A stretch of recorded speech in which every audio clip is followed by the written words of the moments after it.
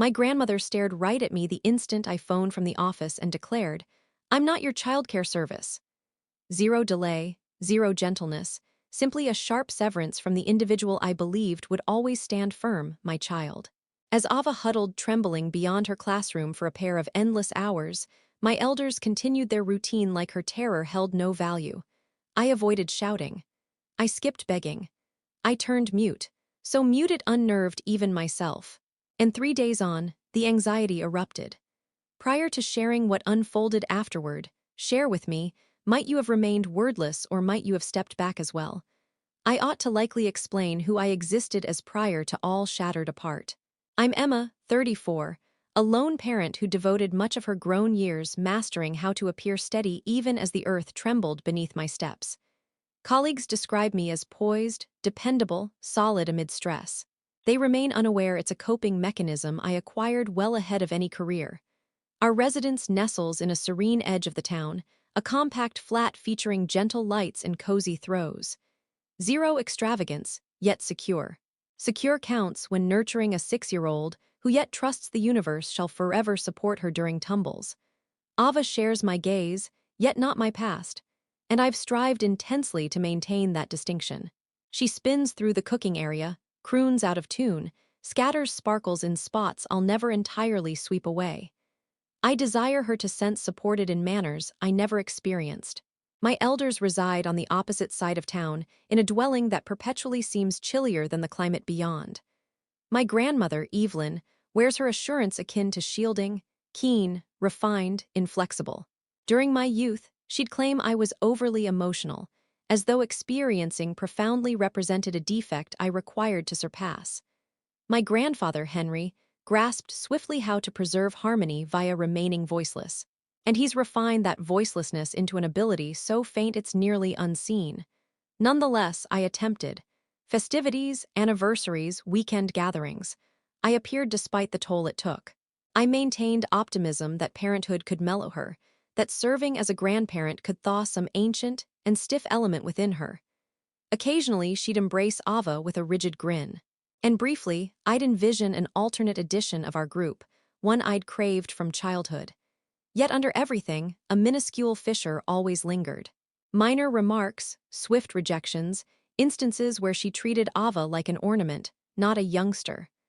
I overlooked them, glossed them aside, persuaded myself that sustaining harmony equated to sustaining kin. Then arrived that evening in early spring, the alert from the academy, the illness, the frenzy, and my grandmother's tone level and terse, slicing across the clamor of my workplace, as though it had lingered ages for the perfect instant to strike. It didn't merely fracture an item. It exposed what had remained fractured throughout. Prepared for the instant, all transformed. The academy never ought to have permitted Ava to linger outdoors, but upon my reaching, the harm had occurred already. She was bundled on a stone seat close to the entry stairs, clutching her satchel as if it could provide warmth. Her exhalation misted the atmosphere. Her face glowed from chill, not sickness. Upon spotting me, she didn't dash into my embrace as typical. She merely rose gradual and weary and murmured, "May we head to our place now?" An element within me constricted, hushed, weighty, inescapable. That evening, following positioning her on the sofa with herbal brew and a cover, I continuously revisited all. My grandmother's curt pitch. How she disconnected prior to my completing words. How the clerk clarified nearly regretfully that Ava couldn't remain indoors since the staff was under strength. I yearned to fault the entire globe, but that frigid 2-hour delay pertained to a single individual, Evelyn. Nevertheless, the familiar urge activated. Allow duration. Avoid intensifying. Avoid initiating conflict. Victory is impossible. I'd expended my entire existence selecting gentleness against her keenness, trusting harmony merited any individual expense. 3 days elapsed prior to the initial message arrived. Then a second, then a third. Initially my relative's tone. "Your grandma mentions she requires your aid. What's occurring?" Then her companion Susan, my grandmother's Susan, not mine, appearing uncomfortable. "She's attempted contacting you. Did an event transpire?" Then my grandfather, fatigued and tense. "Your grandmother's distressed. Could you kindly return her contact?" None referenced Ava, not a single one. At that point, I had already drifted into a known, oddly consistent tranquility. I wasn't disregarding them to penalize anybody. I plainly lacked any remainder to offer. Yet the pivotal shift didn't arise from the messages. It emerged subsequently that week, when Ava and I visited the large shopping center close to my elder's district. I seldom purchased their too numerous recollections, but Ava required icing for a group assignment, and it lay en route to Susan's residence for a cooking session she'd anticipated throughout the week. We were midway along the confectionery section when I detected her tone. Emma. Not tender, not affectionate, merely surprised. Ava pivoted initially. She presented a courteous, tiny beam, nothing resembling the effervescent delight she once displayed to her grandparent. Evelyn leaned low, limbs extended, but Ava stayed still. She eyed the icing container in her grasp and inquired if she might obtain the variety with colorful bits instead. My grandmother rose gradually, her look splintering for the initial occasion in decades. "What brings you here?" she questioned. "We're heading to a cooking session," I stated. "At Susan's." How her expression solidified revealed all. She ultimately sensed it: the void, the separation, the repercussions. And for the initial occasion in my grown existence, I didn't hasten to occupy the quiet. Evelyn winked at me as though the statement appeared scripted in a dialect she'd never mastered. "Susan's, why would you visit there?" Her tone honed the identical blade she'd employed on me throughout my youth. A blade designed to amend, to diminish, to draw me back to position. Yet I didn't reply. I didn't owe her the tenderness she'd never provided me. She compelled a beam, overly vivid, overly forced. Well, I might join. I haven't viewed Ava recently. Previously, I could have halted, pondered, attempted to ease matters, but that edition of myself had vanished on a frigid seat beyond Ava's academy. "No," I expressed plainly. "You're not welcome." The hue faded from her visage. I observed the astonishment shatter across her, a muted, nearly tangible shock. She advanced nearer, her scent overly known, overly oppressive. "Emma, this is absurd. You're yet disturbed regarding that academy matter. You realize I was occupied. You realize you exaggerate occasionally. Why prolong this? Occupied, exaggerate, prolong this." The identical narrative she'd utilized since I was mature enough to weep. I knelt next to Ava, who was evaluating 2 containers of colorful bits as if the universe wasn't fracturing behind us. "Prepared?" I questioned. She affirmed, set the container in the trolley, and slid her palm into mine. We strolled beyond Evelyn Sand's additional term. That evening, 4 messages awaited on my device. One furious, one perplexed, one weeping, one imploring for Ava. I didn't hear repeatedly. I didn't reply. And that quiet, the exact element she'd perpetually wielded as a tool against me, abruptly pertained to me. Days elapsed. My grandfather messaged how he perpetually did, not to accept accountability, not to inquire what transpired, but to press me back to my position as the kin's sentimental cushion. "You've conveyed your message. Your grandmother is wretched. What do you seek from her?" But he failed to comprehend. This wasn't a message. It was a boundary. Then arrived the packet. Dense, ivory-toned, overly official for anything positive. I nearly discarded it, but intrigue halted me. Within was a direct announcement. My elders had revised their testament. I was no longer the administrator. Laura, my relative, who once labeled Ava theatrical for sobbing at her personal celebration, was now responsible. It aimed to wound me. Instead, it illuminated all. I positioned the document on the surface. Zero fury, zero sobs, merely a hushed, firm assurance embedding into my core. They desired separation, so I provided it to them. But even while I retreated, I sensed something larger approaching. Some alteration I could perceive but not observe yet, like the atmosphere constricting prior to a tempest. And tempests perpetually require a confrontation. By the conclusion of March, I had become accustomed to the hush. Not serenity hush, the type that embeds following an extended tempest, but yet carries the aroma of precipitation. My device scarcely vibrated any longer. When it did, it was a brief note from my grandpa, a remorse-infused message from my grandmother, or a terse prompt from Laura concerning some kin news I hadn't recognized. I'd ceased responding. I'd ceased clarifying. I'd ceased attempting to repair what none of them desired to confront. And amid the calm, Ava transformed, also. She no longer inquired when we'd encounter Nana or why we skipped trips on weekends anymore. She simply navigated our tiny flat with a gentler, more consistent assurance, as though she'd grasped in her personal hushed manner that security is not a location, but an individual. Then, on a harsh Friday evening, the tempest ultimately shattered. It was right before 12 when my device illuminated. I didn't identify the sensation in my torso when I viewed the identifier. It wasn't dread. It wasn't concern. It was something nearer to acceptance and drained recognition that whatever followed had been fermenting for decades. I permitted it to chime. One ring, then a second. When I ultimately verified, there were 3 unanswered rings from my grandpa. Then a note. Electricity's gone. Your Nana tumbled on the deck. I can't maneuver the vehicle. Can you arrive assist? For an instant, I visualized the setting. The sharp path she perpetually declined to allow anyone clear. The iced path she asserted she could manage alone. The deck illumination that wavered when the breeze struck a specific direction. And her Evelyn irate chill, astonished that the universe wasn't yielding to her command. The segment of me that had expended my youth, striving to satisfy her recoiled reflex, not wish. But the vision that followed obliterated all Ava on the academy stairs.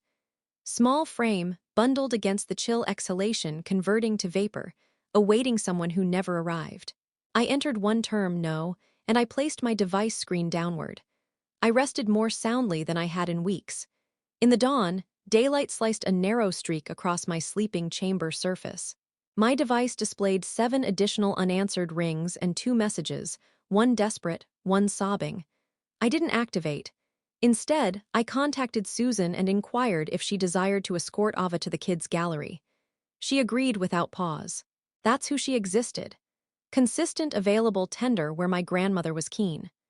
We expended the day meandering through interactive displays, chuckling at Ava's giggles when she dashed through the foam chamber, and consuming flapjacks at a eatery that carried the scent of heated molasses and youth. At zero juncture did Ava inquire where my elders were. The subsequent surge arrived via Laura. She rang tardy in the daytime, her pitch balanced someplace amid worry and superiority. Your Nana broke her arm, she expressed. Your grandpa's spine is strained from aiding her. They've lacked electricity for 2 days. Perhaps you should contemplate being the more mature individual here. I nearly chuckled. More mature individual. As though I hadn't expended my whole existence being precisely that. I already am, I expressed. That's why I'm maintaining Ava distant. She stammered, surprised. You don't intend I do. I disconnected prior to she could conclude. The subsequent day, an electronic letter reached. Extended wandering, packed with statements that nearly mimicked regrets, but never entirely arrived there. The sort my Nana perpetually composed when she required something, not when she comprehended something. I'm regretful matters escalated. I long for you both. Kin should remain united. I don't comprehend how we reached here. Each row evaded the actual problem. Not once did she reference Ava beyond that academy. Not once did she confess what she'd performed. I shut it and proceeded with my day. By initial April, the weather plunged even further. The streets gleamed with a slim layer of frost that appeared to grip the entire town by the neck. I enveloped Ava in her thickest jacket and wrap, and we traveled to an artisan market in a tiny village 60 minutes distant. She desired to purchase shiny cord for companionship bands. She gripped my palm the whole duration. On the journey return, Susan noticed a vehicle on the edge, a dark truck with warning signals flashing in the dull daytime. She uttered my name gently. I reduced speed sufficiently to perceive through the ice-obscured panes. It was my elders. My grandpa bent over the driving controls. My Nana, reclining rear her arm, bandaged her countenance ashen. They appeared diminutive in a manner I'd never witnessed them. Like the universe had ultimately delivered them a reflection rather than a loudspeaker. For an instant, I lingered on the brink of halting, not because I sensed compelled, but because the youngster I once was yet resided someplace in my essence. Then Ava glanced upward from the rear position, singing a melody as she wove her shiny cord. I applied the accelerator. When we arrived at our place, I prepared supper while Ava displayed Susan her creations. The drone of the flat warmer, the rattle of plates, the gentle chuckles. It all sensed like an existence I'd constructed deliberately, element by element, sans recognizing it. But even then, I didn't sense exultant. I didn't sense conquering. I sensed complete. That evening, as I settled Ava into rest, she displayed me a sketch. A tiny rose dwelling. 3-line characters, me, Ava, and Susan. Ava in the center, grasping both our palms. "Can I attach it to the cooler?" she questioned. "Certainly." She halted prior to bounding away. "Mom, do I yet possess a Nana?" The inquiry surprised me, not due to its substance, but because she posed it sans rage, sans sorrow, merely interest. Like she was reorganizing the universe in her mind and attempting to grasp where all aligned now. "Yes," I expressed gently. "But matters are intricate," she affirmed in that insightful, modest manner kids occasionally do. Perhaps she overlooked how to be kind. After she retired to rest, I gazed at that sketch until the space hazed. In all my pain, in all my guarding, I had overlooked the most basic reality. Ava possessed her personal narrative, her personal emotions, her personal grasp of kin. And perhaps she wasn't prepared to delete individuals the manner I had been compelled to. So, I retrieved my device, and for the initial occasion in weeks entered a note. "Do you wish to view Ava next weekend?" Zero regret, zero stipulations, merely an entry. My grandmother responded in 3 minutes, yes. The ensuing Sunday, we convened at a garden. Impartial territory, chill but clearer than the weeks prior. My elders rested on a seat like individuals uncertain if they were accepted. Ava neared them gradually, then pivoted to me for approval prior to uttering greeting. They uttered it return. Then she questioned, "Nana, will you propel me on the glider?" My grandmother appeared astonished. Not exultant, not eased, merely astonished. She gazed at me, I affirmed. And in that instant, tiny, delicate, authentic, the tempest ultimately started to calm. My grandmother advanced toward the glider as though the earth below her might split. She positioned her uninjured palm on the rear of the chair and propelled softly, nearly warily, like she dreaded Ava might alter her opinion. Ava reclined rear, permitting the breeze to seize her locks, her tiny shoes grazing the soil with each sweep. My elders didn't hasten, didn't exceed, didn't attempt to assert a spot they hadn't merited. They merely persisted in the setting, hushed, hesitant, conscious. For the initial occasion, that quiet wasn't a tool. It was area. I rested on an adjacent seat, observing the setting develop with an odd mixture of ease and pain. I wasn't mendied. Neither were they. But the keen borders within me had mellowed, curved by duration and separation, and the awareness that my strength had never stemmed from penalty. It stemmed from safeguarding. Safeguarding Ava, safeguarding myself. The gathering endured fewer than 60 minutes. Zero addresses, zero compelled regrets, merely tiny, cautious strides. When it was moment to depart, my elders didn't request additional. They merely affirmed, appreciative for what they'd been granted. A week on, my grandpa messaged me a notice for Ava's Academy event, inquiring if they might participate, only if it's fine with you. I agreed with limits. They adhered to each. They remained in the rear, applauded softly, and departed sans attempting to revise the past. Another sketch emerged on our cooler shortly afterward. Identical rose dwelling, but now 5 characters. And for the initial occasion, the image didn't wound. It sensed like a commencement, not flawless but feasible. In the conclusion, nothing reverted to the manner it was, and that was the essence.